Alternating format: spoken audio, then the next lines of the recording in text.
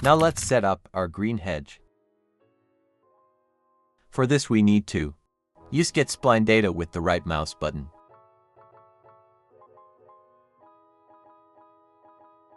Next, connect the spline sampler. Then connect the projection node.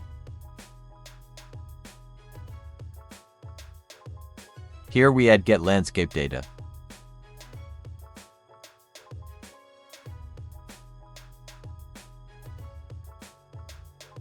Now connect transform points.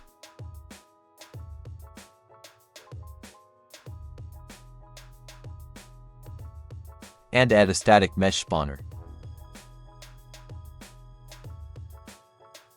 I've got several barberry meshes, about 4 or 5 plant variations. Let's drop them all in here.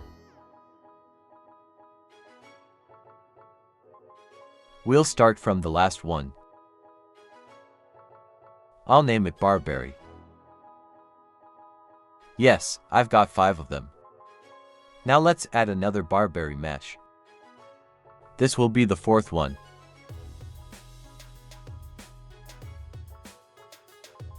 Here's the 3rd.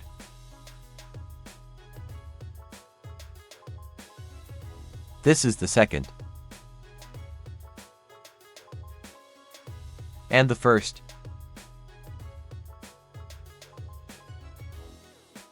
Done. As you see, nothing works yet. That's fine. Here's what we need to adjust. We leave this part as is, but in the sampler. We change settings. Set on spline to distance. And here we switch to this parameter and add the tag Beberus. Now the barberries appear,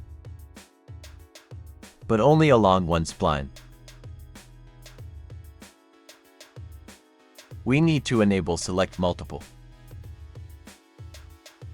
Now they show up on all splines. Let's move on to transform points. First, add random rotation up to 360 degrees. Good. Let's add a small offset, -5, -5, 5. That works. We'll also scale them down a bit. Let's set from 0.7 up to 0.9, or even 0.8, then the minimum will be 0.6. What else can we do? In the spline sampler, we can change distance. Right now they spawn every meter. Let's try every 2 meters for clarity. Now it's much sparser. At 80 centimeters it looks too dense. So let's keep it at 1 meter, but you can experiment. Adjust the parameters as you like. Barberry is optional. You can use other plants. I imported these from Evermotion collections, converted them for UE5 PCG, so that's our living hedge setup. We're done here.